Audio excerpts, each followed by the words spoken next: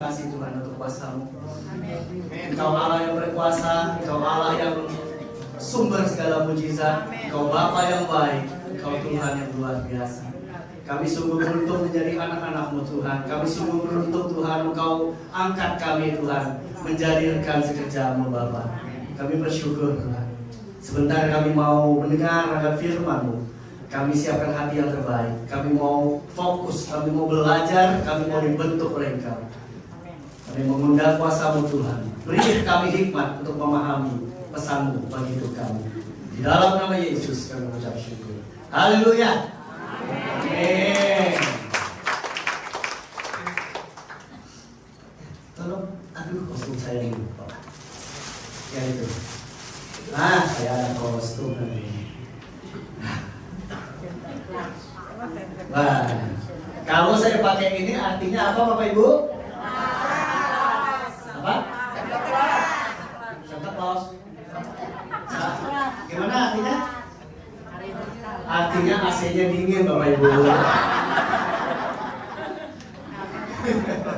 Kalau saya AC-nya dari kiri kanan Bu. Ya, iya. Natalan sudah minggu depan kita pesta Natal di sini ya.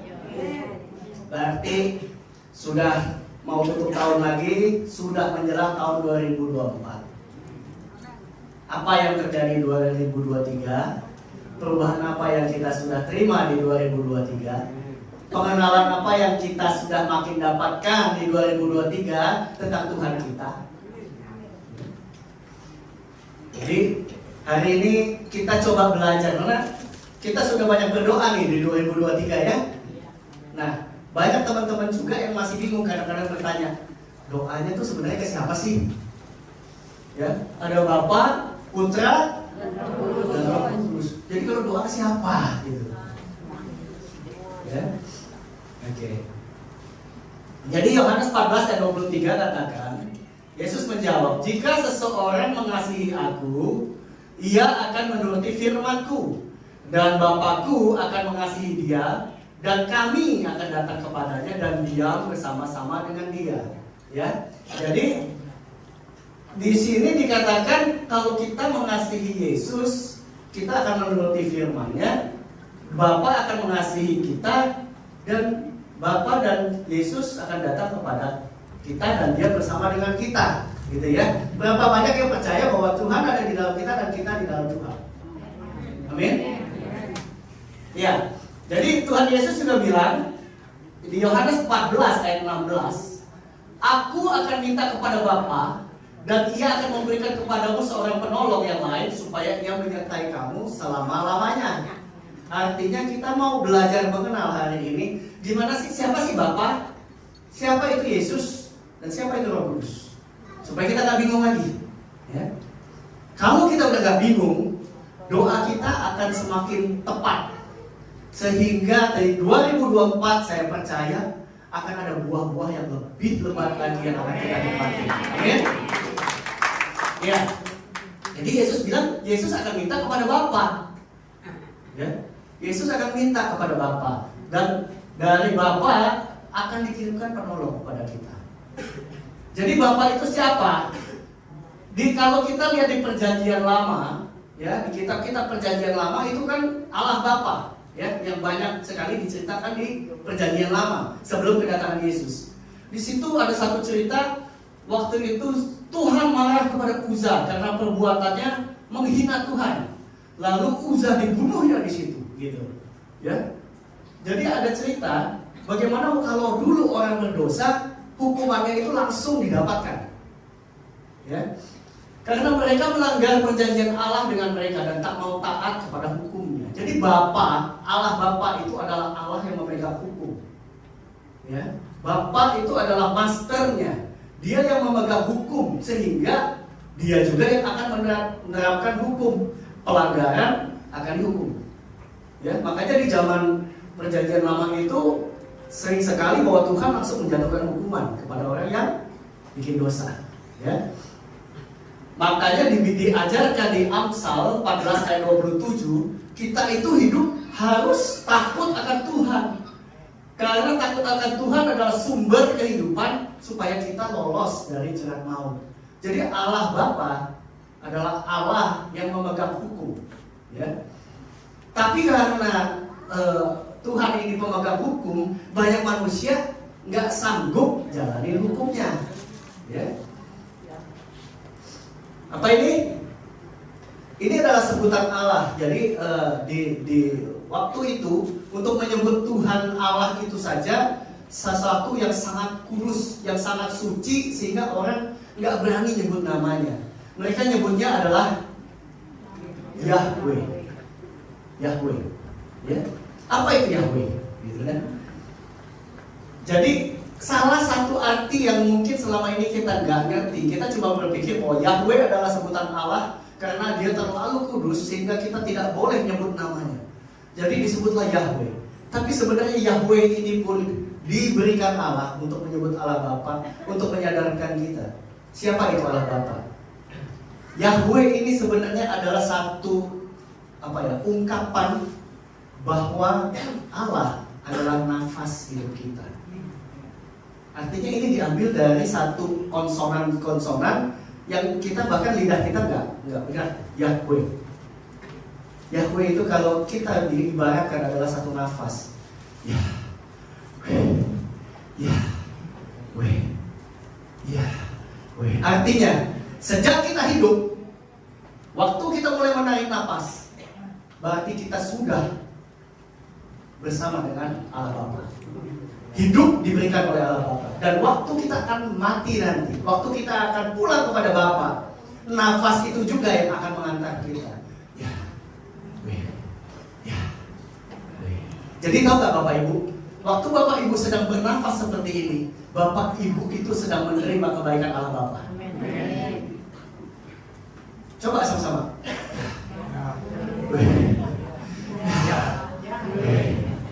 Nafas hidup kita dari Allah Bapa. Ya. Jadi artinya sebenarnya tidak pernah kita ditinggalkan. Ya. Setiap tarik nafas ingat ada Allah Bapa sama kita. Kalau di rumah sakit bayar. Di sini bebas, tarik sepuas-puasnya. Karena Allah Bapa berikan sama kita. Okay? Allah Bapa adalah pemegang hukum. Lalu siapa Yesus? Yesus Sang Putra. Di Yohanes 10 ayat 14 katakan dia adalah gembala yang baik. Dia mengenal domba-dombanya dan domba-dombanya mengenal dia. Artinya karena Tuhan Allah Bapa memberikan satu hukum yang manusia gak sanggup untuk jalankan, sehingga manusia jatuh dalam dosa, manusia minta hukum Taurat, itu pun ternyata gak bisa dijalankan. Makanya Tuhan sudah menyediakan satu skenario. Manusia terlepas dari hubungannya dengan Allah, manusia pasti binasa. Kenapa? Nggak napas Bapak Ibu. Kalau Bapak Ibu nggak napas, coba ditekan aja deh 1 menit aja. Mati. Ya? Mati sih enggak, biru mukanya Bu. Ya? Artinya kita tidak bisa terlepas dari Allah Bapa. Tapi karena kita berdosa, kita terputus dari Allah Bapa. Itulah sebabnya Yesus harus datang. Karena dikatakan di sini, akulah terang dunia. Barang siapa mengikuti aku, ia tidak akan berjalan dalam kegelapan, melainkan dia akan mempunyai terang dan hidup. Tuhan Yesus akan menunjukkan jalannya untuk kita kembali terhubung sama Bapa. Ya, akulah jalan dan kebenaran dan hidup. Tidak ada seorang pun yang datang kepada Bapa kalau tidak melalui aku. Artinya Yesus diutus untuk menghubungkan kembali, mendamaikan kembali manusia yang berdosa dengan Allah Bapa. Kalau enggak kita tidak akan bisa. Kalau kita terputus sama sumber nafas kita, artinya kita hidup tapi sebenarnya kita sudah mati. Itulah sebabnya Yesus menjadi pendamai kita. Itulah sebabnya kita akan merayakan Natal minggu depan. Karena Yesus lahir, kita bisa berdamai dengan Bapa. Karena Yesus lahir, kita terhubung kembali dengan sumber nafas kita.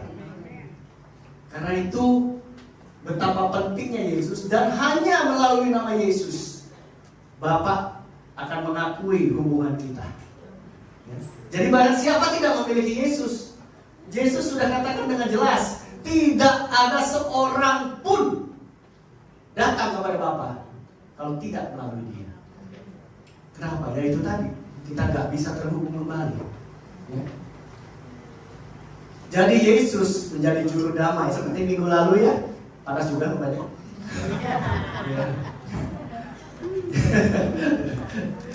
Jadi Yesus menjadi juru damai seperti yang minggu lalu disampaikan. Ya. Akulah jalan, kebenaran dan hidup. Tidak seorang pun datang kepada Bapa kalau tidak melalui aku.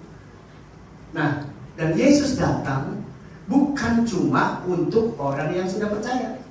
Dikatakan ada lagi padaku domba-domba lain, bukan dari kandang ini, bukan hanya bangsa Israel, bukan cuma orang yang percaya. Dan domba-domba lain itu harus kutuntun juga. Mereka akan dengar suaraku dan mereka akan jadi satu kawanan dengan satu gembala. Yohanes 10 ayat 16. Artinya Yesus bukan cuma datang mendamaikan kita-kita yang sudah percaya dengan Allah Bapa, tapi Yesus juga memikirkan semua orang lain yang belum mengenal Tuhan. Dan itulah kerinduan Tuhan. Itulah kerinduan Yesus sebagai gembala. Ya. Jadi Allah Bapa pegang hukumnya, tapi supaya manusia bisa hidup, Yesus menjadi juru damai. Kita bersama dengan Yesus. Amin.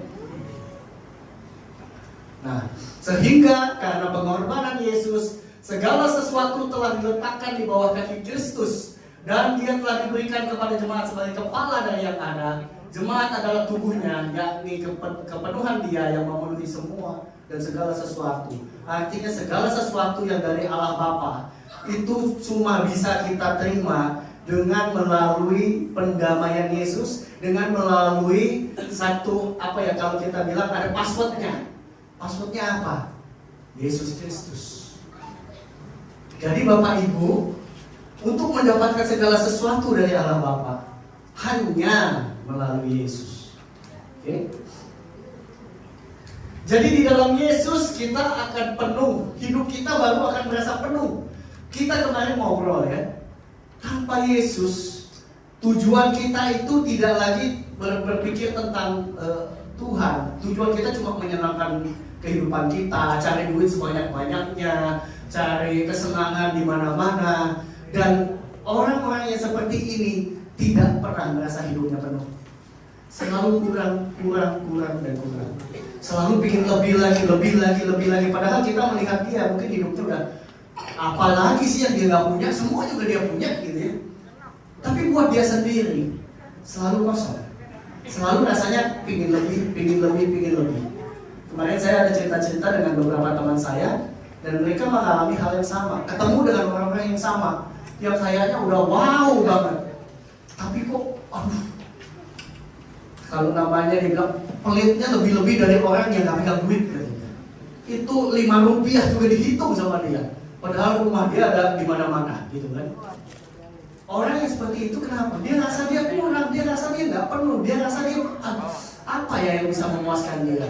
Setiap hari pesta-pesta pun, habis pesta senang, pulang-pulang kesedihan datang lagi. Tidak pernah merasa puas.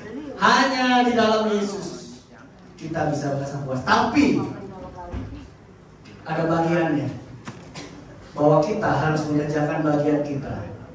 Ya, coba dibukain saya ini 1 Korintus 3 ayat 9.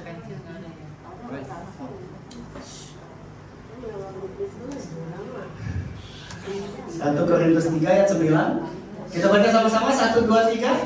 Karena kami adalah kawan sekerja Allah, kamu adalah ladang Allah, bangunan Allah. Artinya hati Yesus adalah bagi domba-dombanya, bagi anak-anaknya, dan bagi domba yang belum kenal sama gembalanya. Itu adalah bagian kita.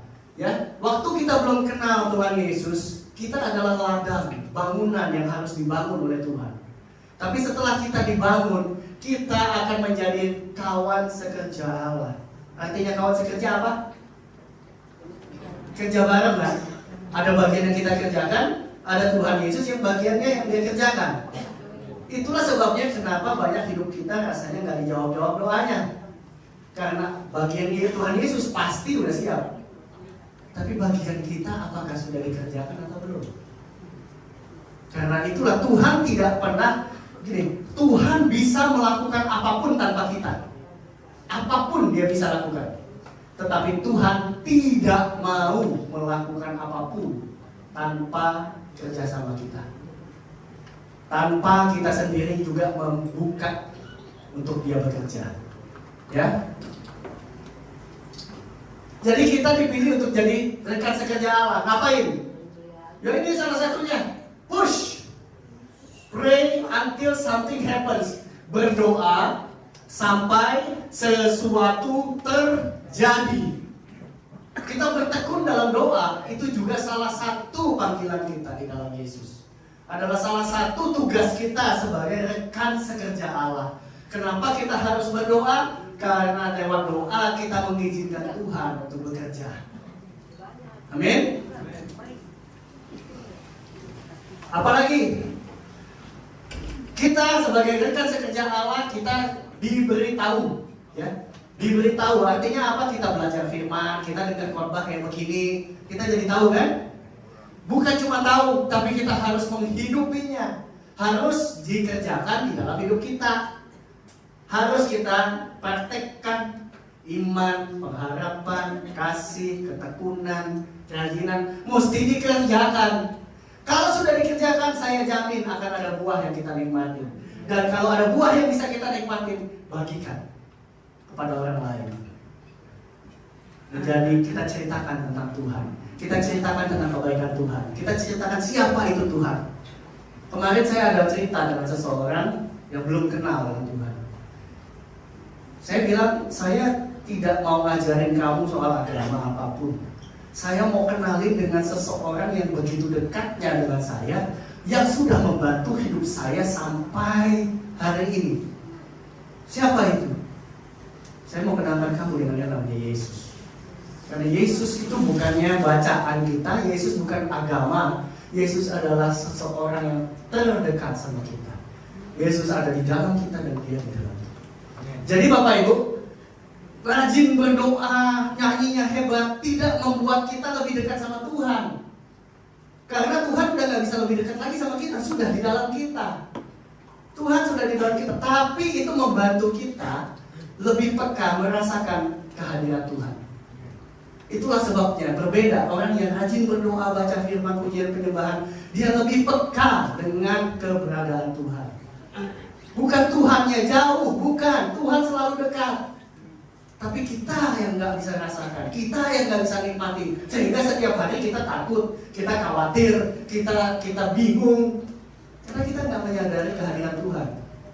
Tapi Tuhan katakan, aku di dalam kau, kau di dalam aku. Tuhan sangat dekat sama kita. Ya Bapak Ibu. Jadi waktu Tuhan Yesus mendamaikan kita dengan Allah, kita menjadi rekan sekerja Allah. Tapi pertanyaannya Bapak Ibu, rasanya gak gitu ya. Kayaknya gak banyak perubahan yang terjadi. Saya gak bisa lihat pertolongan Tuhan. Tadi Bapak cerita tentang mujizat kesembuhan, gak pernah lihat, gak pernah ngerasain itu. Tapi di tempat ini beda ya. Berapa banyak yang udah merasakan mujizat kesembuhan di tempat ini? Ayo. Wow, luar biasa kalau Tuhan kerja di tempat ini, luar biasa. Amin. Ya. Kemarin yang asam urat, siapa asam urat kemarin? Masih asam urat nggak? Atau udah manis uratnya? Iya. Masalahnya kita seringkali nyaman. Kita nggak kerjakan bagian kita dengan sungguh-sungguh. Kita tahu bahwa Tuhan memelihara kita. Kita tahu Tuhan mengasihi kita. Kita tahu Tuhan bertanggung jawab atas hidup kita. Setelah itu kita nikmatin. Kita nggak lakukan tadi bagian kita. Bergumul dengan doa kebutuhan orang lain. Mengabarkan berita tentang Tuhan pada orang lain. Kenyamanan akan membawa kemunduran rohani. Pasti tidak bisa diam di tempat. Yang ada kita akan makin mundur. Amin? Nggak ada yang nyaman. Karena itu dikatakan di Galatia 8. Dikatakan, kamu bodoh ya? Masa mulainya dengan roh, dengan bersemangat cari Tuhan, terima Tuhan, tapi kamu berakhir dengan daging. Hidup kamu nikmatin dengan daging. Katanya kamu bodoh nih, foolish.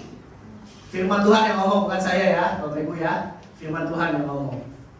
Adalah orang bodoh kalau sudah tahu bahwa kita hidup di dalam roh akan membawa kita berbuah, tapi kita malah diam-diam nyaman dengan kehidupan daging.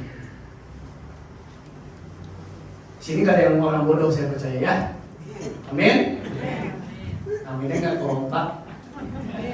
Amin ya. Oke. Masalahnya adalah seringkali kita melihat orang percaya yang nggak berbuah-buah. Puluhan tahun jadi orang Kristen, datang ibadah, nyanyi, pulang, terus begitu. Tapi nggak mau berbuah apa-apa. Nggak bikin orang-orang di sekitarnya jadi kenal Yesus. Nggak bikin orang-orang sekitarnya jadi penasaran tentang Yesus. Nggak bikin orang-orang jadi ditolong kehidupannya, diubah hidupnya oleh karena kita memperkenalkan Yesus. Orang yang seperti itu, Lukas 13 ayat 8 sampai 9 menceritakan tentang sebuah pohon yang belum juga berbuah.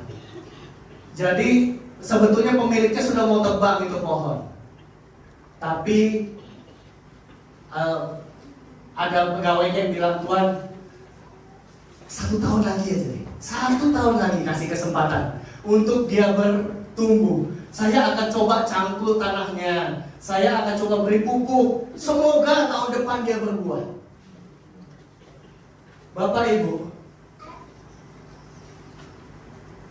jangan-jangan ini hidup kita. Saat ini kita enak-enak saja, kita tidak berbuah, kita tidak berubah, kita tidak melakukan apa-apa buat Tuhan. Lalu Tuhan datang dan melihat hidupmu gak berbuah. Tapi Yesus sebagai pendoa syafaat kita masih minta perpanjangan waktu sama Allah Bapa sebagai pemegang hukum. Jangan deh, 1 tahun lagi aja. Saya coba nanti ketemukan dia dengan firman.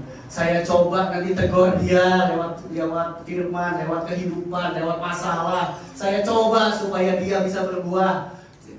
Masih dikasih kesempatan 1 tahun lagi. Jangan-jangan itu kita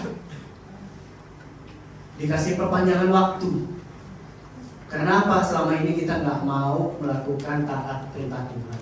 Buat kita Tuhan itu ya udah, yang penting KTP saya sudah ada agamanya, kewajiban saya ibadah seminggu sekali sudah saya lakukan. Tapi hidup kita lah jadi seperti apa itu terserah kita. Kita nggak mau diatur sama Tuhan. Ingat, jika tidak berbuah tahun depan, baca sama-sama, tebanglah dia. Ada batas waktunya Bapak Ibu, bukan untuk selamanya. Tuhan itu panjang sabar, tapi tidak maha sabar. Tuhan maha kuasa, tapi Tuhan itu panjang sabar.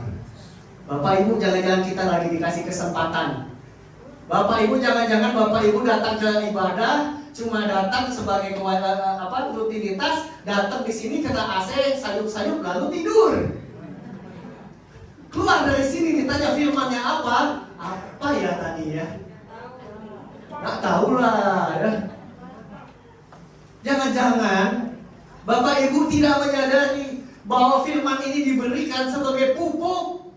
Firman ini diberikan supaya tanahnya jadi gembur, supaya Bapak Ibu bisa berbuah, supaya tahun depan Bapak Ibu jangan sampai tebang. Itulah kebaikan Natal, itulah kebaikan Yesus, memberi kita kesempatan kedua, supaya kita hidupnya tidak dicuri, dibunuh, dibinasakan oleh iblis. Tapi kalau kitanya tidak bekerja sama sebagai rekan sekerja Allah, kita tidak melakukan bagian kita sendiri nggak mau taat, kita sendiri nggak mau rajin, Tuhan tidak paksa. Tapi ada waktunya Tuhan akan tebang. Kalau Tuhan tebang, siapa lagi yang bisa tolong? Ngeri Bapak Ibu. Siapa lagi yang bisa tolong? Jadi tapi bagaimana Pak, saya sudah coba lakukan tapi kok kayaknya hasilnya nggak kelihatan ya. Itulah sebabnya Tuhan katakan tadi, aku akan kirimkan penolong. Ya, siapa itu penolong? Roh Kudus. Jadi Bapak Ibu, Bapa sebagai pemegang hukum, Yesus Kristus mendamaikan kita dengan Bapa. Lalu ada penolong yang dikirimkan yaitu Roh Kudus untuk melakukan, menyatakan kuasa Tuhan dalam hidup kita. Peranan Roh Kudus itu pertama-tama adalah menginsafkan kita akan dosa. Ya. Jadi di Yohanes 16 katakan, kalau ia datang ia akan mengisahkan dunia akan dosa, kebenaran, dan penghakiman. Jadi dulu sebelum kita kenal Roh Kudus, kita bikin dosa happy-happy aja. Tapi setelah ada Roh Kudus bersama dengan kita bikin dosa merasa salah. Dan itulah salah satu sebabnya kenapa kalau kita menyatakan tentang Tuhan pada orang lain, kita dibenci. Itulah sebabnya kita seringkali dibenci karena nama Yesus. Karena sebenarnya pada waktu kita nyatakan kebenaran, mereka tahu mereka punya salah. Mereka tahu mereka punya dosa. Dan itu tidak menyenangkan. Itu sebabnya kita dimusuhin, difitnah. Kenapa? Dosa gua lu buka-buka gitu kan? Nggak suka mereka. Jadi Bapak Ibu, kalau ada Roh Kudus, kita akan tahu kalau kita sedang ada di dalam dosa, dan kita akan menginsafkan dunia akan dosa. Yang kedua, Roh Kudus menolong kita dalam berdoa. Itu sebabnya doa kita akan berbeda kalau kita penuh dengan Roh Kudus. Dan kita akan ditolong untuk Roh Kudus memberi hikmat dan wahyu, artinya kita mulai lebih bisa paham kalau baca Alkitab. Mungkin selama ini kalau baca Alkitab itu ya ayat pertama, ayat kedua, ayat ketiga, ayat keempat, ayat kelima. Siapa yang ngalamin? Tapi waktu Roh Kudus memberi kita hikmat dan wahyu, setiap ayat itu membuat kita bergairah. Karena ada sesuatu pelajaran yang baru yang kita tangkap. Ada satu pengajaran, ada satu kekuatan baru setiap kali kita baca firman. Karena apa? Roh Kudus memberi kita hikmat dan wahyu. Karena itu Bapak Ibu, sebelum baca Alkitab, doa. Roh Kudus, saya ingin mengerti firman Tuhan. Tolong ajar saya. Ya. Roh Kudus yang memberi penghiburan dan kekuatan. Roh Kudus memampukan untuk hidup kudus dan benar. Jadi Roh Kudus akan menolong kita, memampukan kita. Nah, selama ini Roh Kudus itu adalah seseorang yang paling kesepian. Kenapa? Dia sudah diberikan oleh Tuhan Allah Bapa kepada kita sebagai penolong pada waktu Yesus naik. Yesus menjadi pendamai, Yesus naik, yang turun adalah Roh Kudus. Jadi yang ada bersama kita saat ini adalah Roh. Dan dia paling jarang kita ajak ngobrol, Bapak Ibu. Ya kan? Kasihan loh, Roh Kudus itu kesepian, gak pernah kita ajak ngobrol, Bapak Ibu. Padahal dialah yang ada saat ini sama kita. Dan dialah yang akan menolong kita dalam banyak hal. Termasuk memberikan karunia dan kuasa.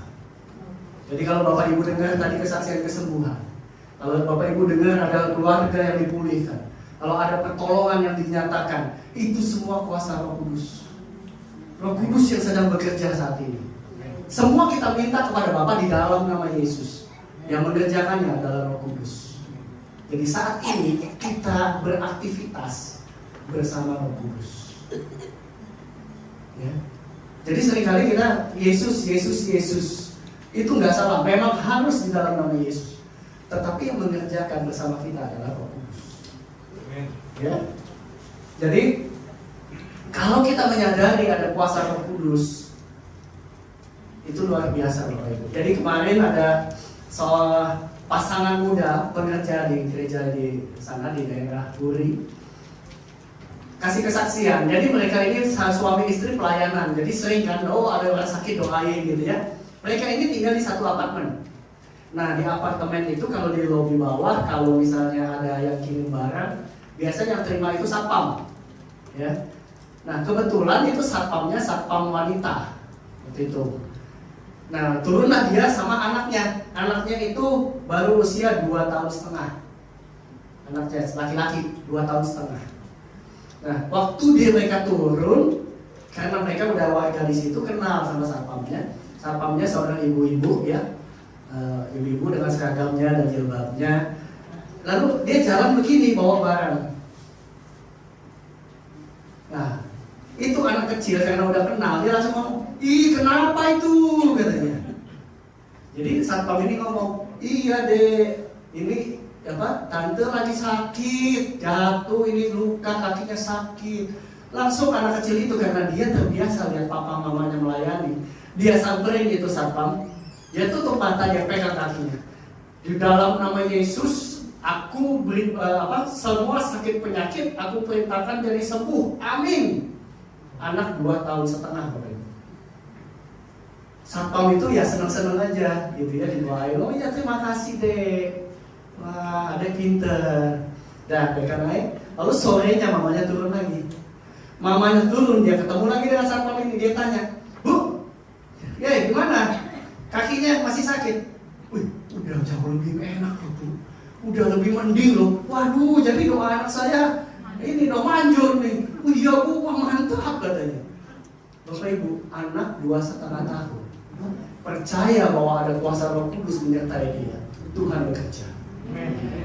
Nah di sini ada yang 70 tahun, ada yang 60 tahun, ada yang 50 tahun. Masa kalah sama anak 2,5 tahun? Anak 2,5 tahun saja, karena dia percaya Tuhan bisa pakai dia untuk menyatakan kemuliaan. Apalagi kita Bapak Ibu. Yang penting apakah kita mau atau tidak. Dan kita harus sadari, kita harus bekerja sama dengan Roh Kudus di tahun ini. Di tahun depan, aktifkan Roh Kudus di dalam kita.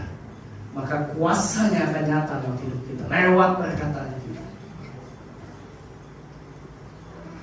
Dan Roh Kudus akan mematraikan kita sebagai anak Allah. Amin. Jadi Tuhan Allah Bapa adalah master planner, perencana yang perencana semua alam semesta, perencana semua hukum-hukum, semua hal yang ada di alam semesta ini, semua diatur oleh Allah Bapa. Tuhan Yesus menghubungkan kita menjadi jalan kebenaran dan hidup kepada Bapa.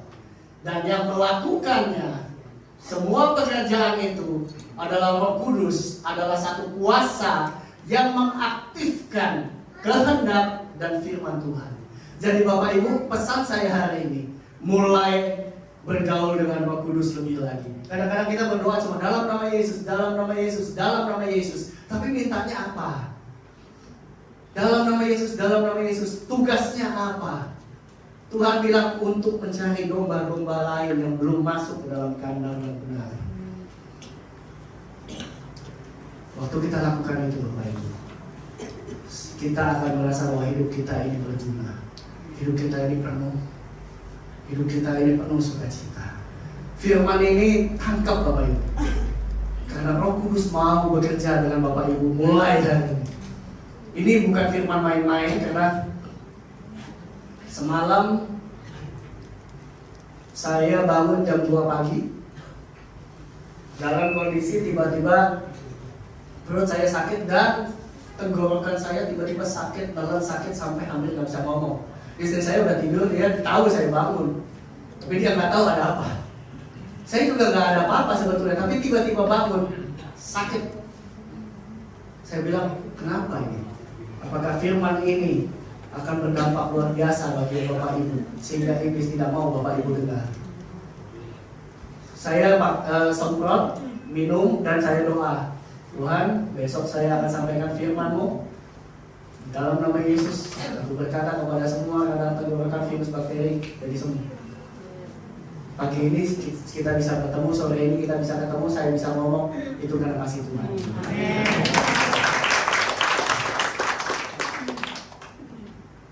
Holy Spirit.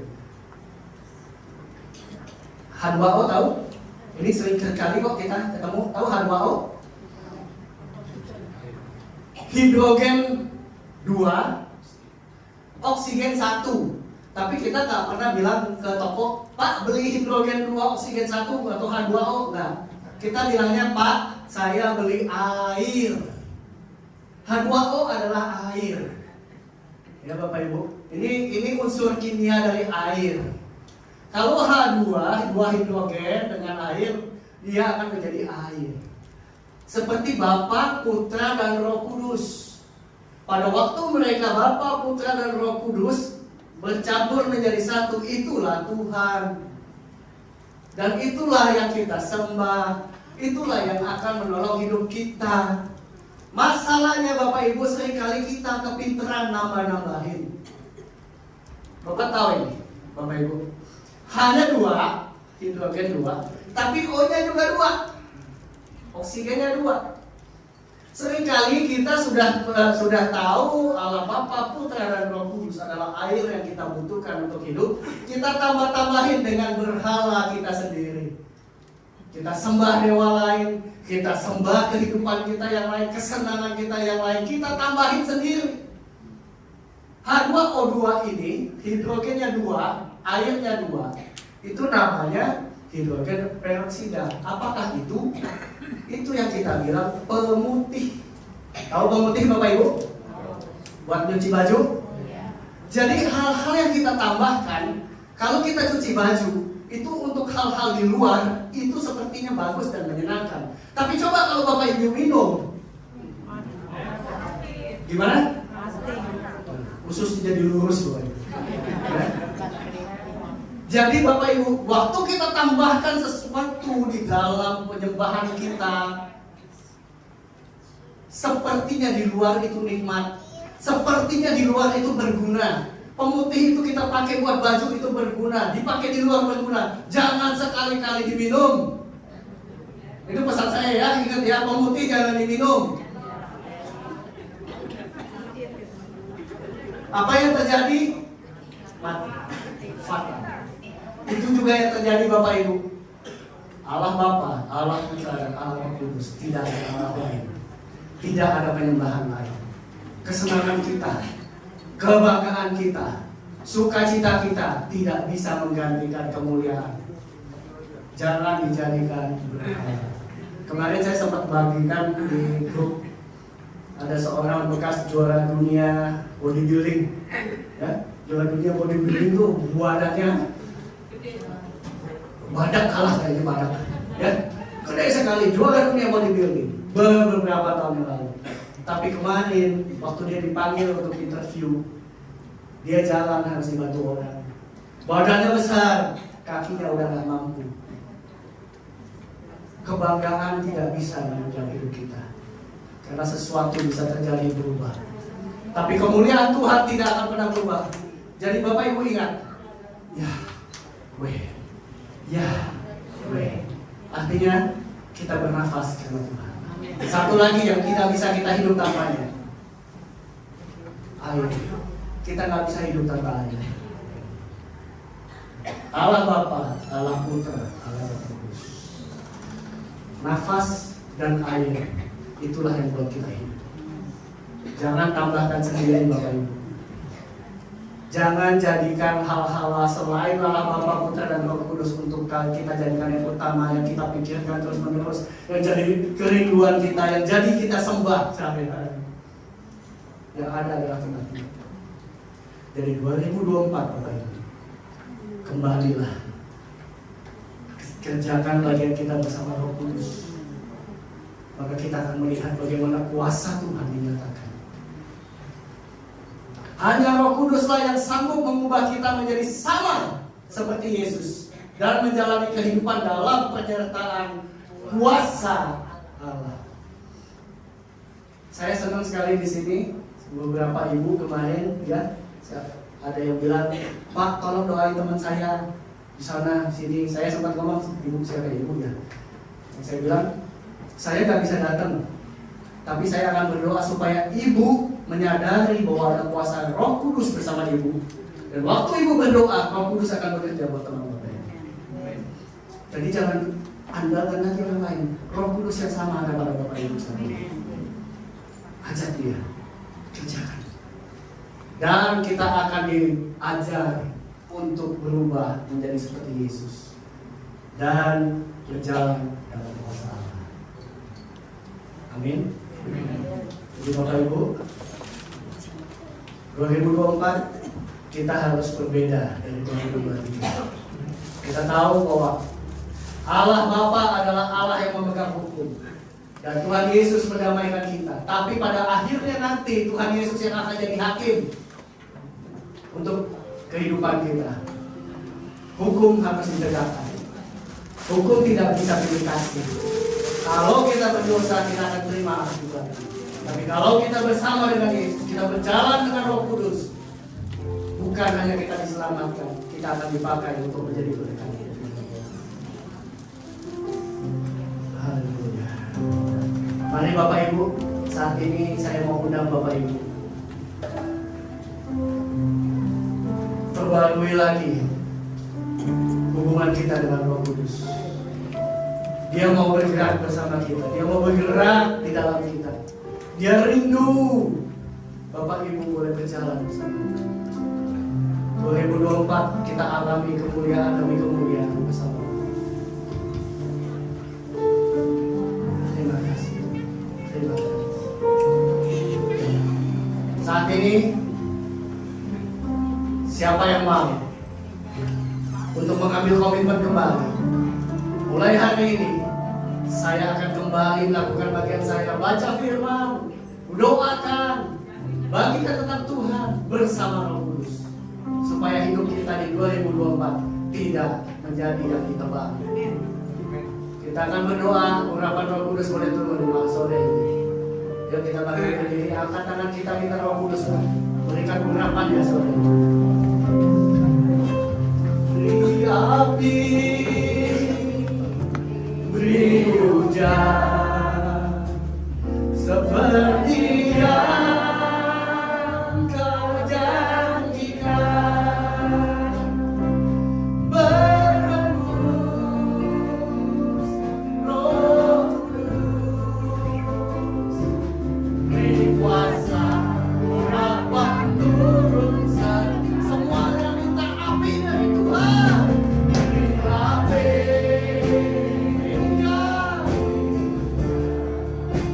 seperti yang kau janjikan,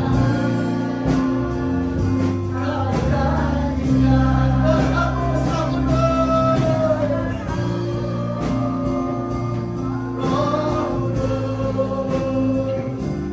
beri kuasa, urapan turun sekarang. Kita akan nyanyikan ini, singer akan menyanyikan ini. Bapak Ibu, apabila Bapak Ibu menyadari bahwa selama ini Bapak Ibu sudah meninggalkan kewajiban Bapak Ibu untuk mencari firman, untuk mendoakan orang, untuk mengabarkan tentang Yesus, saat ini adalah waktunya minta ampun dan undang Dia untuk kembali bekerja di dalam hidup kita, supaya 2024 kita adalah orang-orang yang bertumbuh dan berbuah, bukan menjadi orang yang akan ditebak kehidupannya. Saat kita nyanyikan ini, mari kita akui bersama dan undang kembali, supaya 2024 jemaat GPI Kemenangan akan menjadi jemaat yang menuai kemenangan dan berbuah. Beri api, beri hujan, seperti yang kau janjikan, berembus Roh Kudus, Roh Kudus, beri kuasa, urapan turun, urapan Tuhan turun. Jangan